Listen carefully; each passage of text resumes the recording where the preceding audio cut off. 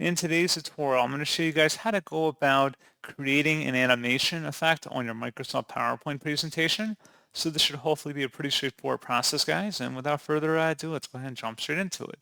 So all you have to do is select or locate whatever text or media you want to create an effect for, and then select the Animations tab at the top.